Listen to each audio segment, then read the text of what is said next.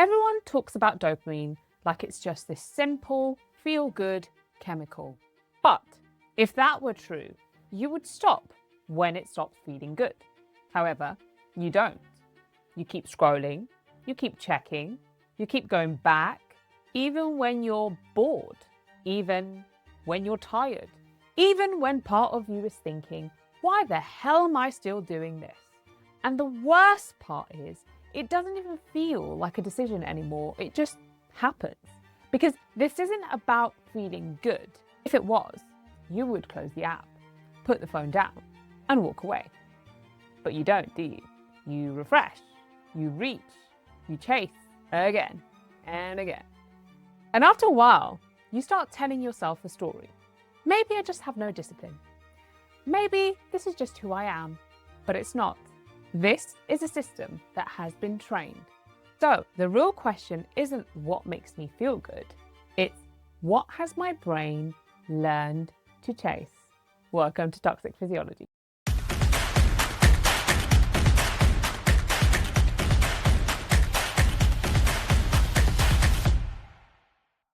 Hi guys, I'm Dr. Mesruri, and today we are going to be talking about this unbelievably incredible chemical called dopamine. Now, before we start, there's something that you need to know about dopamine.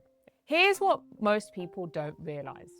Dopamine isn't one single pleasure wire in the brain. It actually runs through 4 major pathways, and each pathway shapes a different part of your life.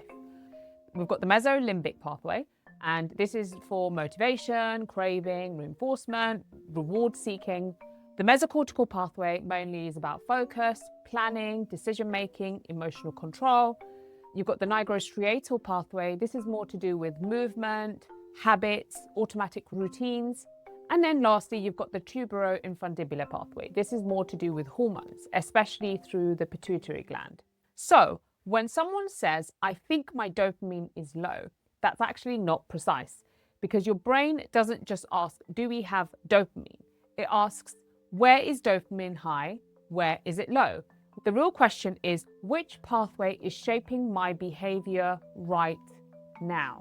So in this episode, we're going to be focusing on the Mesolimbic pathway, because this is the circuit that controls craving, motivation to pursue rewards, reinforcement of habits, and that specific feeling of, I need to check again, or just one more time. When you find yourself refreshing feeds, opening the same app over and over again, chasing notifications, even when you're not enjoying any of it, that's not random. That's your Mesolimbic dopamine system doing its job inside an environment it was never designed for. Think about this. You open your phone for one thing, maybe to reply to a message.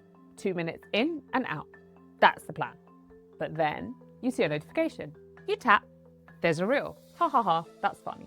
Then another and another. 5, 10 minutes, 30 minutes later, you don't even remember why you picked up your phone. And the thing is, you're not actually having fun. You're just searching for what? Who knows?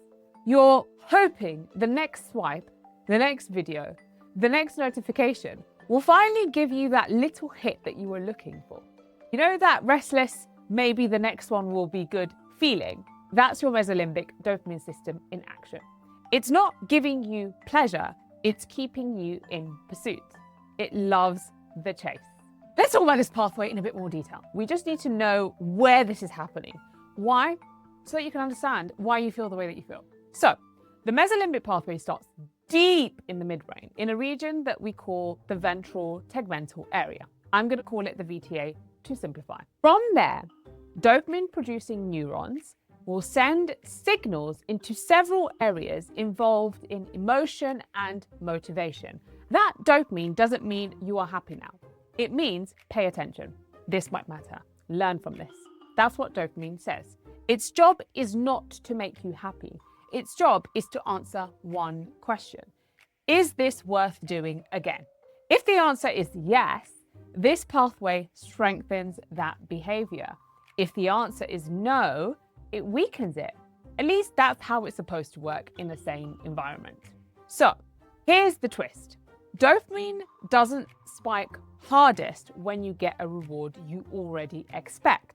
It spikes most when something is unpredictable, or slightly better than expected, or not fully guaranteed. It loves unpredictability. Your brain is constantly comparing what I expected versus what I actually got. Now, if we take a pause here for a second, I'm sure you've all felt this before, whereby the anticipation of something feels better than the actual reward of that thing. When you're prepping for your holiday, when you're booking your tickets for your holiday, that excitement you feel sometimes is even better than when you're actually there on holiday and seeing the hotel as is. Your brain is constantly comparing what I expected versus what I actually got. If the reward is better than expected, dopamine rises. If it's exactly as expected, dopamine stays about the same. If it's worse than expected or doesn't arrive at all, dopamine drops. With every spike and drop, your brain is updating. Was that worth it? Should I try again? How hard should I work for this next time? This is how the system learns what to chase and what to ignore. There's a very, very good model that can explain this in the most perfect way, and this is called the slot machine model. Now, slot machines are used in casinos and in arcades, and there is a reason why they are so powerful. And the reason why they're so powerful is because they don't pay out every time. They're designed not to. In fact, you lose often. Sometimes you win very little, and occasionally, very occasionally, you win big. That pattern, unpredictable, inconsistent, maybe this time, creates some of the strongest dopamine responses in the brain. Your brain learns the next one could be the one. So you pull the lever again and again and again. This is called variable reward or intermittent reinforcement. And the mesolimbic pathway is wired to respond very strongly to that kind of uncertainty. We absolutely love it because we don't know what we're getting. There's a lot of uncertainty and it keeps you hooked.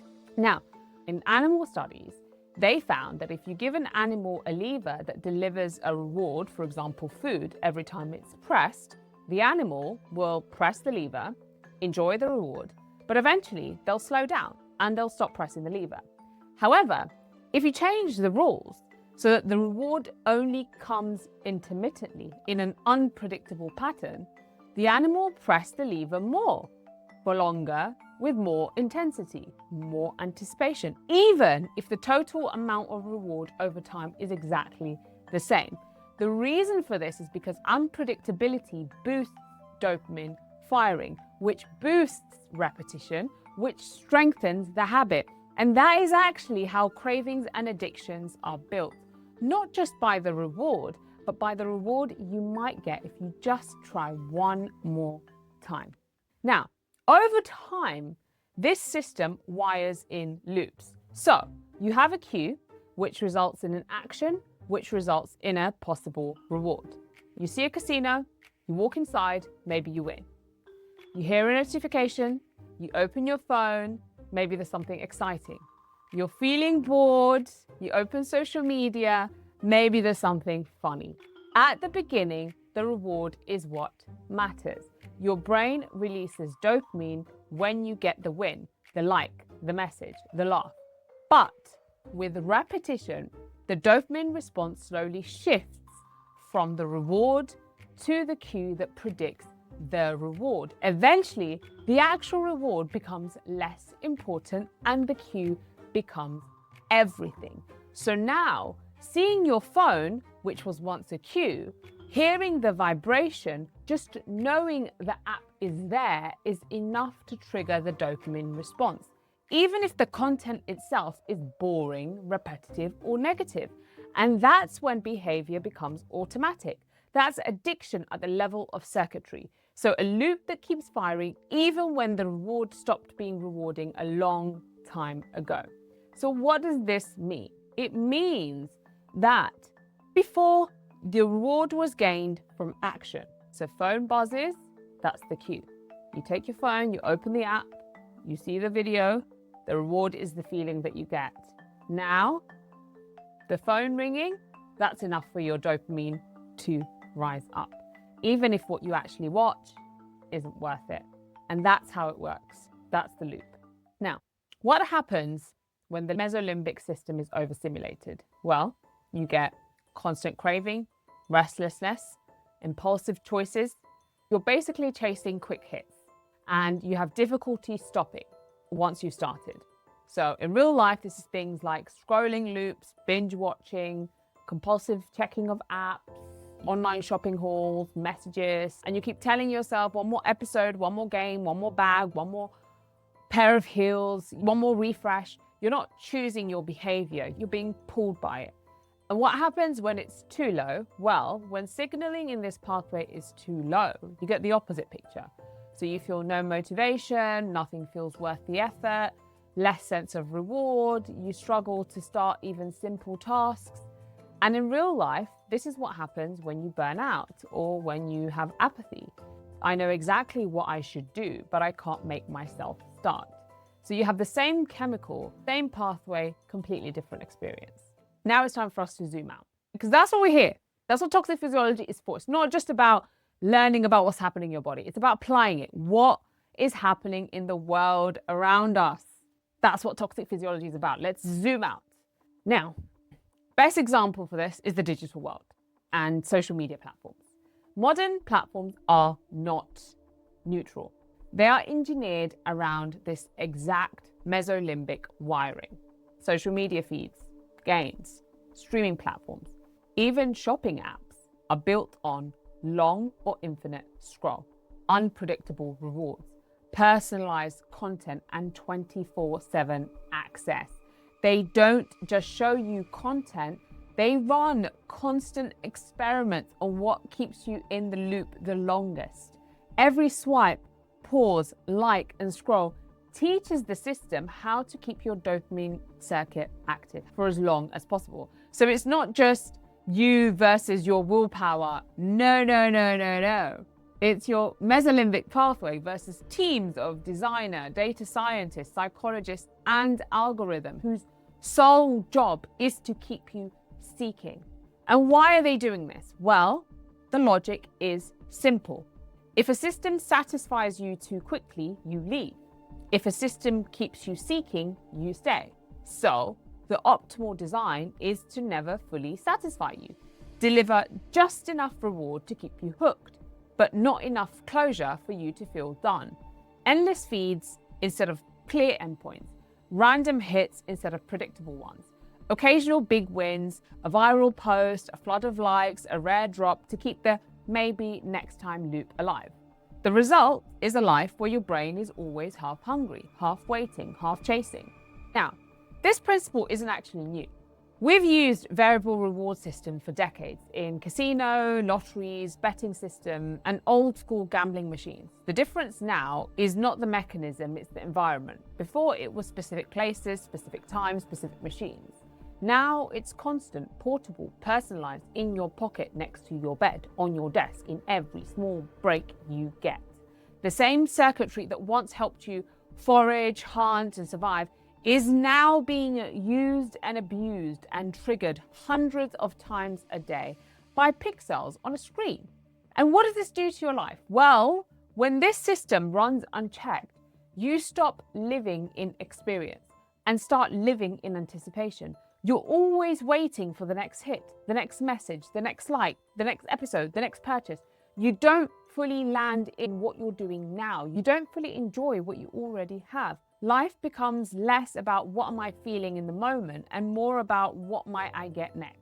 You become a permanent seeker, always chasing, never arriving, always looking for the next best thing.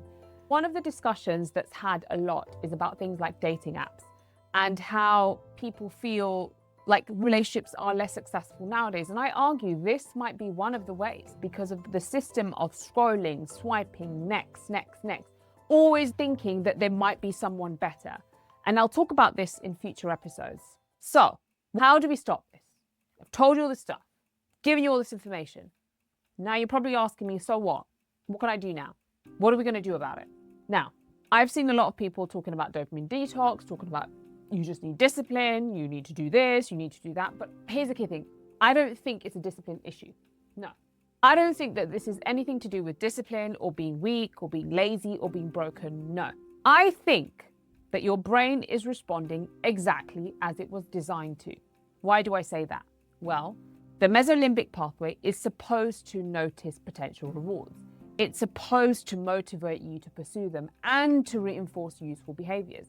The problem is not the system in your brain. The problem is the environment that is overstimulating it. You are not built for infinite scroll, endless novelty, and thousands of tiny possible rewards every single day. So before you blame your physiology, before you blame your character, I want you to recognize the design. Your brain is basically playing a game that you didn't design and you'd never agreed to. The brain is trapped. It's not fair. So what now? What can actually help this then? Let's go back to this. Cues, action, reward.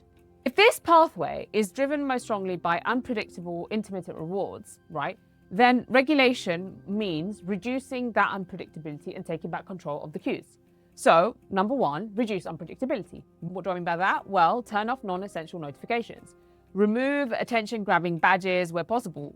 Avoid an environment built on endless scroll and autoplay. Make rewards more predictable. So set times to check messages, set times to check social media instead of random all-day checking. Step 2, create structure and endpoints. Set up boundaries. Use clear, small rules. I'll watch 2 videos. I'll check for 5 minutes. I'll play 1 match and stick to it. If you create visible endpoints by using timers, episode limits, no phone zones, or no phone hours, your brain needs to know when the hunt ends. And step 3, break the cue. Break the cue to behavior loop. Change your environment. Keep your phone out of reach when you work or sleep. Move triggering apps off the home screen. Use grayscale to make icons less tempting. So what you need to do is you need to delay the behavior. When you feel the urge to check, wait 60 to 90 seconds. That tiny pause, it weakens that automatic loop and gives your thinking brain time to come back online. Step 4, rebuild effort-based dopamine. Deliberately do things where the reward is delayed. So for example, reading, exercise, deep work, learning skill, long conversation. Practice tolerating boredom on purpose. Sit with the urge to escape and gently redirect it into something that requires effort. Over time, you retrain your mesolimbic system to associate dopamine with effort, growth, and meaningful progress, not just quick hits and endless novelties. Dopamine doesn't control how happy you are in a single moment. It controls what you keep going back to. And what you keep going back to quietly becomes your life. The mesolimbic dopamine system was designed to help you survive, to make sure you pursued food, safety, connection, and meaning. But in the wrong environment, it doesn't just guide your behavior, it traps it. So the question is no longer, do I enjoy this? Because half the time you don't. The real question is, what has my brain been trained to chase? And once you can see that clearly, you can start training it towards things that actually matter. This is Toxic Physiology, where we explain the science behind the chaos. If you enjoy this episode, like, comment, and subscribe to our channel. And you can also follow us on our TikTok and our Instagram page. I'll see you in the next episode.